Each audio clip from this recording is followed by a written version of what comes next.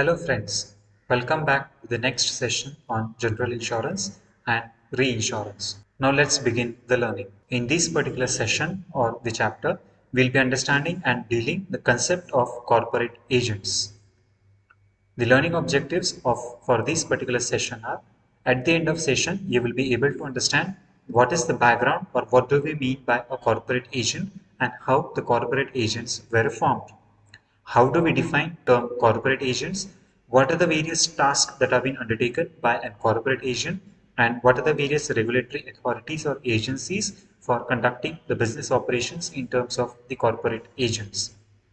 Now let's start the learning. Looking at the background of the corporate agents. The Insurance Regulatory and Development Authority of India, that is IRDAI, has created a range of intermediaries.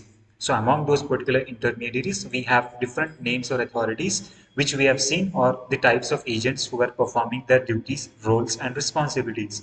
So when an investor wants to invest a certain sum of money or wants to get an insurance policy, he used to approach different vendors or different participants.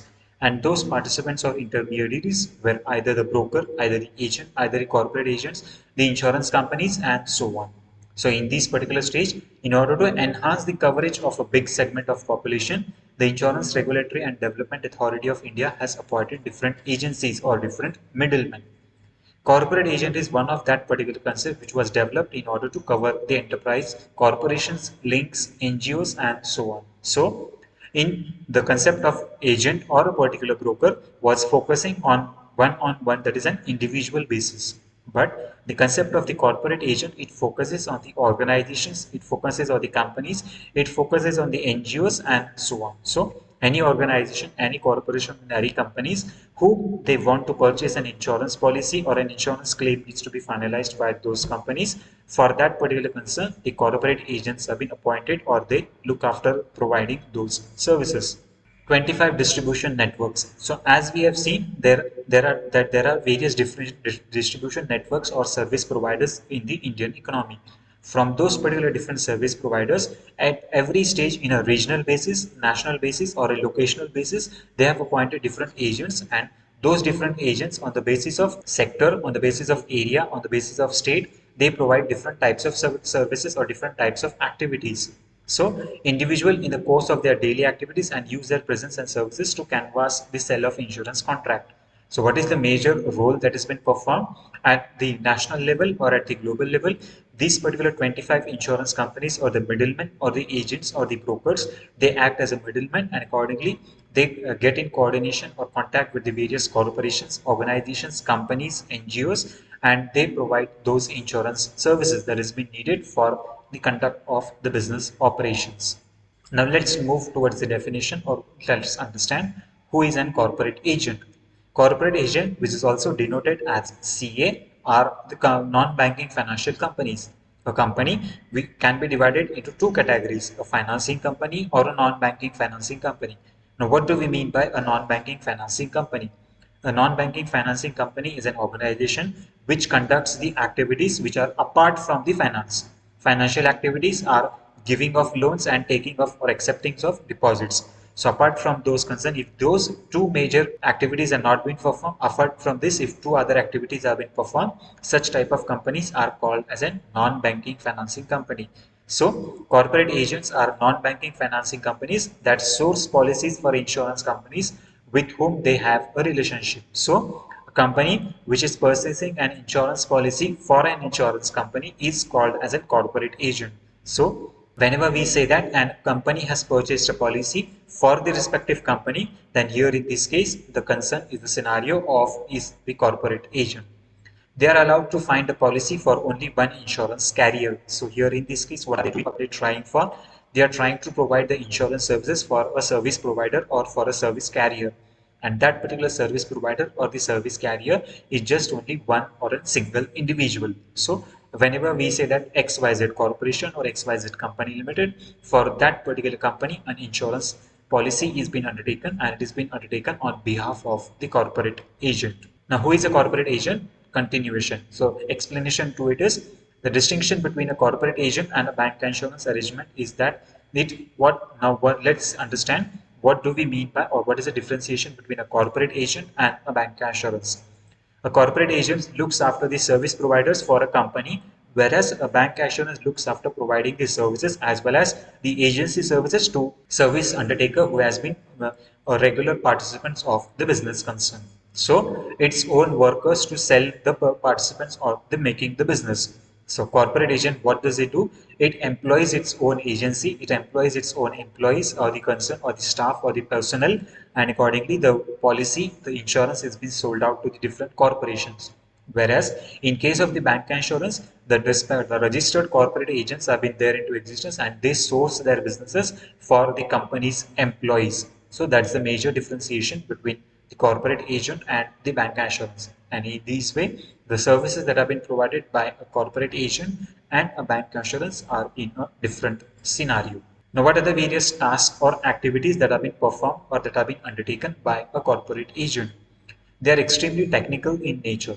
Now, why do we call the task or the activity of a corporate agent in technical in nature? Because they always have to deal with various pros and cons and changes in the market conditions. Now, when we say that an XYZ corporation is purchasing an insurance policy, the number of employees is bit higher, the government regulatory norms, authorities, concerns are bit more, and accordingly they have to be very technical. The claim that is ultimately going to be raised by the business concern or by the organization will be much higher, and accordingly hence the various technicalities with respect to a product, with respect to the services, with respect to the policy, with respect to the amount of claim is always much higher, and accordingly so the services are also being needed to be provided. The major, as IRDAI being the major regulatory or the primary controlling authority, it always provides the various designated individuals. So IRDAI has always allotted or appointed various designated individuals who act as a registered or the official corporate agents, and on behalf of IRDAI or on behalf of the government agencies, they act as the corporate agents, and accordingly they employ or they provide the services to the respective individuals or the corporations or the NGOs or the companies who are looking for the services. These individual companies must have the qualification as mandated by the authority. Now, who is the authority? So, the authority, that is IRDAI, IBAI, AMFI, or Ministry of Finance, the Reserve Bank of India, and so on. So whatever qualification, whatever the rules, guidelines and norms that have been provided by those regulatory authorities, the corporate agents has to see that they fulfill all those particular norms, and accordingly the conditions have been fulfilled, and then they can conduct their business activities accordingly. There has also IRDAI has also set some requirements for company leaders in order to receive a license. So when we say that IRDAI is a controlling or the regulatory authority, at the same point of time, they provide a license to the corporate agents. So when a particular license has been provided to a corporate agents, they always have to see that all the activities have been conducted in a legal way, in a proper systematic undertaking on a systematic mode, and all the requirements of the company as well as the requirements of the government agencies are also been fulfilled and they are being performed. So in this way, the various tasks or activities are being performed by a corporate agent. Now, what are the various regulations or the terms and conditions to become a corporate agent? The first initial step is the agency must have a personnel who meet the IRDAI's requirement of qualification and get a license. So, before we start the operational activities or the functional activities on the grassroots level, we have to see that the qualification that has been provided by the IRDAI, it has been fulfilled, and accordingly we employ those personnel.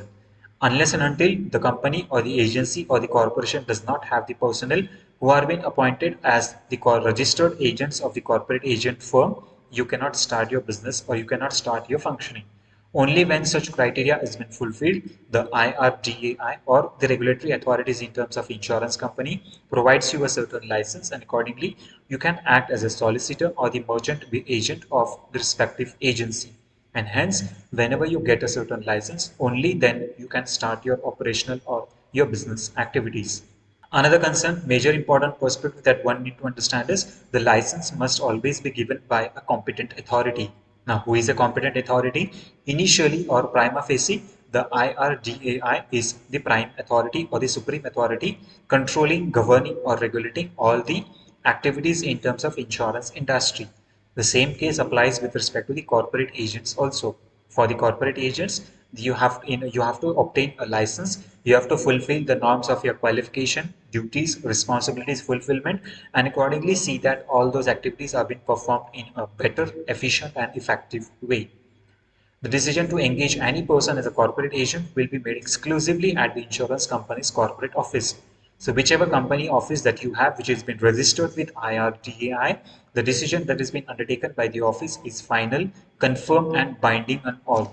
Only when it has been seen that all the requirements have been fulfilled, then and when the license is been obtained by the IRDI, then only you can start your business or the functional or the operational activities, and you can engage any person as the corporate agent.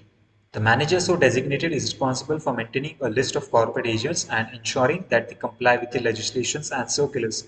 The manager so appointed at the place of corporate agent, what he has to look after. He has to see that all the compliances as to documentation, the personnel, the qualification, the norms that they have to fulfill with respect to the state government, the central government, regulatory agencies or the authorities, everything has been fulfilled, and accordingly all those norms have been complied as per the need requirement of those agencies. So a designated officer needs to be appointed who acts as a manager or a link between the insurance company and the regulatory authorities and fulfill all the norms that have been provided by the agencies. So now let's conclude. So on a half yearly basis, the officer will send an IRDI a report of their performance and updated list of the corporate agents which have been employed by the insurance company.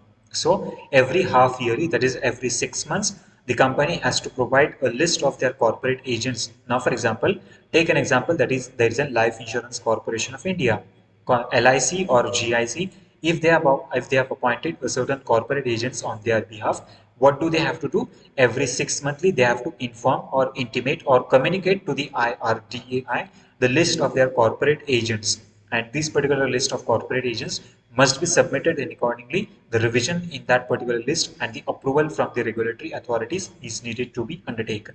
The officer should emphasize the cancellation of licenses, if any, and provide the brief reasons for such cancellation in a written correspondence. So, over a period of time, that is during the period of 6 months, the list can be updated. That is, you may add certain names or you may delete or remove certain names. So, with respect to those particular clarification, a communication must be done, a correspondence must be done with the IRDAI or any other regulatory authority about why any additional name has been added or why any additional name has been removed from that particular list. So either granting of licenses or either for removing or cancellation of a particular licenses, the communication or the correspondence with respect to IRDAI and insurance company is utmost important and it is required. So, potential corporate agents include institutions with large customer base in rural areas, which is also called as a micro insurance, to utilize the large client base. So, whenever we see that there is a large client base which is located either in the urban area or in the rural area, so in terms of a rural area, it is called as a micro insurance, wherein smaller portion or small amount of insurance policy is being purchased and accordingly the services are being provided. So, at that particular place, the potential corporate agents have been deployed, they have been sent on the particular field, and it has been seen that the services have been provided with to the large number of people or to the large number of customers. Now let's summarize what we have learned at this particular stage in this particular session. In this session, we have learned that who is a corporate agent, that what do we mean, why corporate agents have been appointed, and what activities are being undertaken. We have also seen or understood or learned what is the importance of a corporate agent from the business perspectives or from the local or the regional perspectives. And lastly, we have also dealt with and studied what are the various requirements and roles that have been performed by a corporate agents. Thank you for your patience listening. Thank you.